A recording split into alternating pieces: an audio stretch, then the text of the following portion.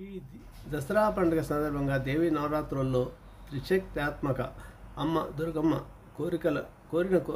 కోరికలను తీర్చే అమ్మ దుర్గమ్మ తల్లి గురించి వివరాలు విశిష్టత ఇక్కడ వివరిస్తున్నాను. ఓం శ్రీ గురుభ్యో నమః. ఓం శ్రీ మహాగణాధిపతి నమః. అందరికీ నమస్కారం. ఈ వీడియోలో దుర్గామాత యొక్క గొప్పతనాన్ని, దుర్గామాత ఆరాధించడంలో ఎలాంటి ఫలితాలు లభిస్తాయి అనేది, దుర్గామాతని ఎన్ని రకాలుగా ఈ దసరాల్లో నవరాత్రుల్లో ఆరాధిస్తున్న విషయాన్ని ఇక్కడ వివరిస్తున్నాం. ముందుగా అందరికీ శరన్నవరాత్రి శుభాకాంక్షలు. త్రిశక్త్యాత్మకత కలిగిన అమ్మ దుర్గమ్మ ఈ ఆదిశక్తి త్రిగుణాత్మక సృష్టికి మూలం, అనగా సమస్త సృష్టికి మూలం అమ్మే. జగన్నిర్మాణానికి అవసరమైన అన్ని శక్తులు, విశ్వ ప్రణాళికలు అన్నీ ఈ శక్తి నుండే ఉద్భవించినవే కనుక ఈ శక్తి అధీనంలోనే ఉంటాయి, అమ్మ ఆధీనంలో. అందుకే ఆ శక్తిని జగన్మాతగా పిలుస్తారు. ఈ జగన్మాతని ఆరాధించే సంప్రదాయాలు చాలా రకాలుగా ఉంటాయి. పరమ సాత్వికమైన విధానం నుండి అతి తామసిక విధానం వరకు వామాచార, శుద్రోపాసనలు కూడా ఉన్నాయి. ఉపాసకులు ఈ శక్తిని లలిత, దుర్గా, చండీ, కాళీ,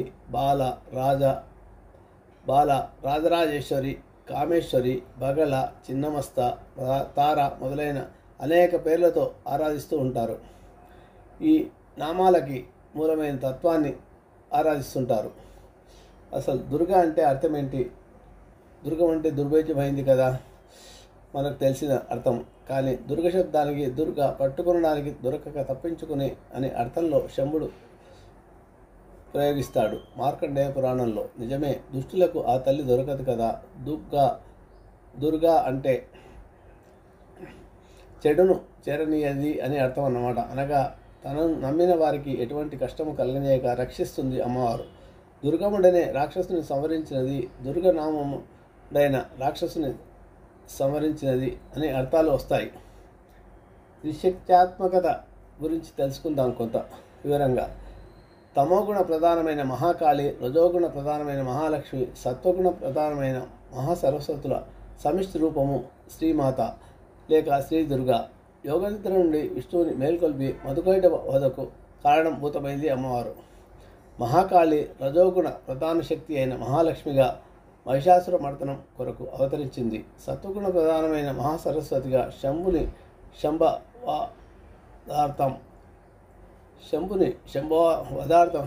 వధించింది. ఆ సరస్వతి ముఖం నుండి ఉద్భవించిన కాళీ చండముండల్ని సంహరించి చాముండ అనే నామాన్ని పొందింది. దేవి సకల సృష్టి స్థితి లయకారక మూలశక్తి. వేదకాలం నుంచి శక్తి ఉపాసన ఉంది. కాలం ఈశ్వర స్వరూపం కదా. ఈశ్వరుడు అర్ధనారీశ్వరుడు. అందుకే కాలం స్త్రీ పురుష రూపాత్మకమైంది. చైత్రం మొదలు భాద్రపదం వరకు అర్ధభాగం పురుష రూపాత్మకమైతే ఆశ్వీజం నుంచి పాల్గొనం వరకు స్త్రీ అవుతుంది.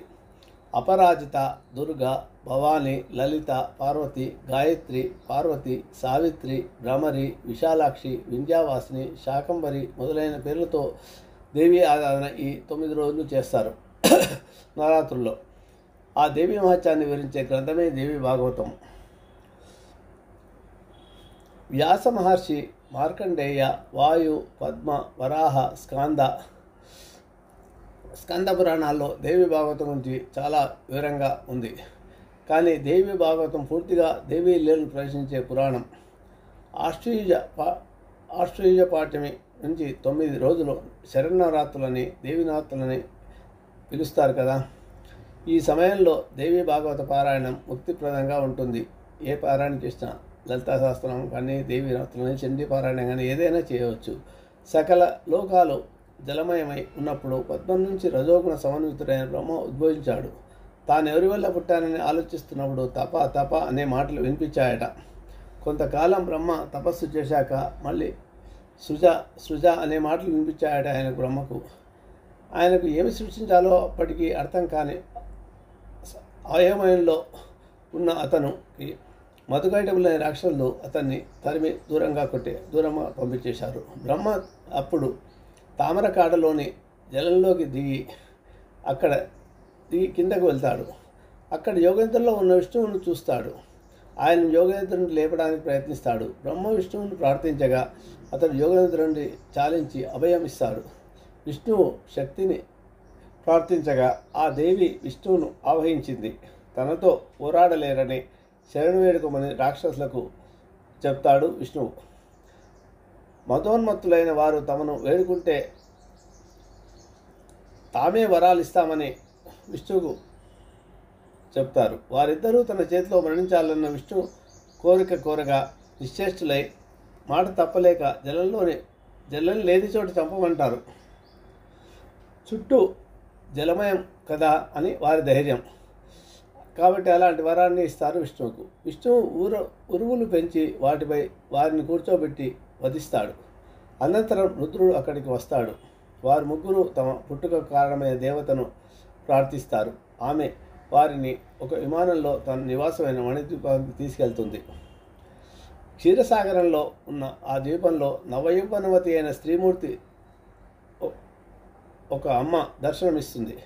సహస్ర భావాలతో విశ్వరూపిణిగా కనిపిస్తుంది. త్రిమూర్తులు ఆ అమ్మను ప్రార్థించి స్తుతిస్తారు. ఆమె బ్రహ్మకు సృజన శక్తిని, విష్ణువుకు పాలనా శక్తిని, రుద్రుడికి సంహార శక్తిని అనుగ్రహిస్తుంది. సృష్టి స్థితి లయల కారకులుగా ఆ ముగ్గురిని నియమిస్తుంది. అంతేకాదు సూర్యుడిలో ప్రకాశ శక్తిని, అగ్నిలో దాహశక్తిని ప్రవేశపెడుతుంది. త్రిమూర్తులతో సహా ఆ సర్వ జగద్రూప అయిన పరాశక్తి మహిమలకు లోబడే వారెవరూ ఈ సృష్టిలో లేరు. బ్రహ్మ నారదుడికి దేవీతత్వం ఉపదేశిస్తే నారదుడు వ్యాసునకు ప్రబోధించాడు ఈ దేవి భాగవతాన్ని. వ్యాసుడు ద్వాదశ స్కంద పరిమితమైన దేవి భాగవతాన్ని రచిస్తాడు ఆయన నారదుని యొక్క ఉపదేశంతో. దేవీ భాగవతంలో మధుకైటబల వృత్తాంతం, మహిషాసుర వర్ధనం, శంభుల వధ, మణిద్వీప వర్ణన మొదలైన ఘట్టాలుంటాయి. దేవి నివాసమైన మణిద్వీప వర్ణన పారాయణం గృహప్రవేశ సందర్భంలో కనుక చేస్తే శుభప్రదమని, వాస్తుదోషాలు తొలుగుతాయని చాలామంది నమ్మకం. వాస్తుదోషాలు తొలగడానికి ప్రతివారం కూడా మణిద్వీప వర్ణన పారాయణం చేస్తే చాలా మంచిది గృహంలో. ఇక సప్తమాతృకల గురించి తెలుసుకుందాం. శంభునిపై యుద్ధానికి బయలుదేరుతున్న దేవికి దేవతలంతా తమ తమ శక్తులను ఇస్తారు.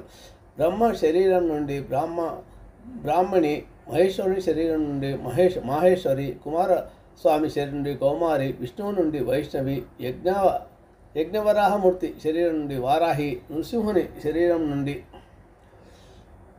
నారసింహి, ఇంద్రుని నుండి ఐంద్రి వారికి సంబంధించిన భూషణ ఆయుధ సమేతంగా చండికాదేవికి సమర్పిస్తారు. వీరినే సప్తమాతృకలు అని కూడా పేర్కొంటారు. దేవి దుర్గాదేవి 9 రూపాల్లో ఉపాసించబడుతుంది. వాటిని నవదుర్గలుగా పేర్కొంటారు. అవి శైలపుత్రి, బ్రహ్మచారిణి, చంద్రఘంట, స్కందమాత, కాత్యాయని, కాలరాత్రి, మహాగౌరి, సిద్ధిద. ఇలా 9 నామాలతో దుర్గాదేవిని ఈ నవరాత్రుల్లో ఆరాధిస్తారు. దుర్గాదేవిని ఉపాసించడం అంటే చెడు స్వభావం, దుర్బుద్ధిగా అంటే గమము అనగా దాటడం, దుర్గ అంటే భక్తునిలోని చెడు స్వభావాన్ని వెడలగొట్టే కష్టాలన్నీ దాటేట్లు చేసే శక్తి స్వరూపిణి అనే అర్థం వస్తుంది కదా. వ్యక్తుల్లోని దుస్వభావాలను పోగొట్టడం అనే స్వల్ప ప్రయోజనం నుండి బ్రహ్మాండాల గమనాన్ని సగనం చేయడం అనే మహత్తరమైన కార్యం వరకు ఈ అమ్మవారి కార్యాలే. త్రిశక్త్యాత్మక అయిన శ్రీదేవి తన మహాలక్ష్మి అంశతో మహిషాసురుని వధించింది. ఆశ్వయుజ శుద్ధ నవమి నాడు అంతకుముందు 8 రోజులు కూడా యుద్ధం చేసింది.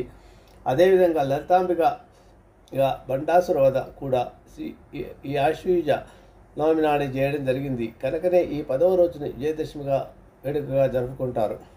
ఆ యుద్ధకాలంలో శ్రీదేవికి తుష్టి పుష్టి కలగడానికి దేవతలు, ఋషులు యజ్ఞాలు నిర్వహించారు, స్తూతులు చేశారు, దీక్షలు వహించారు.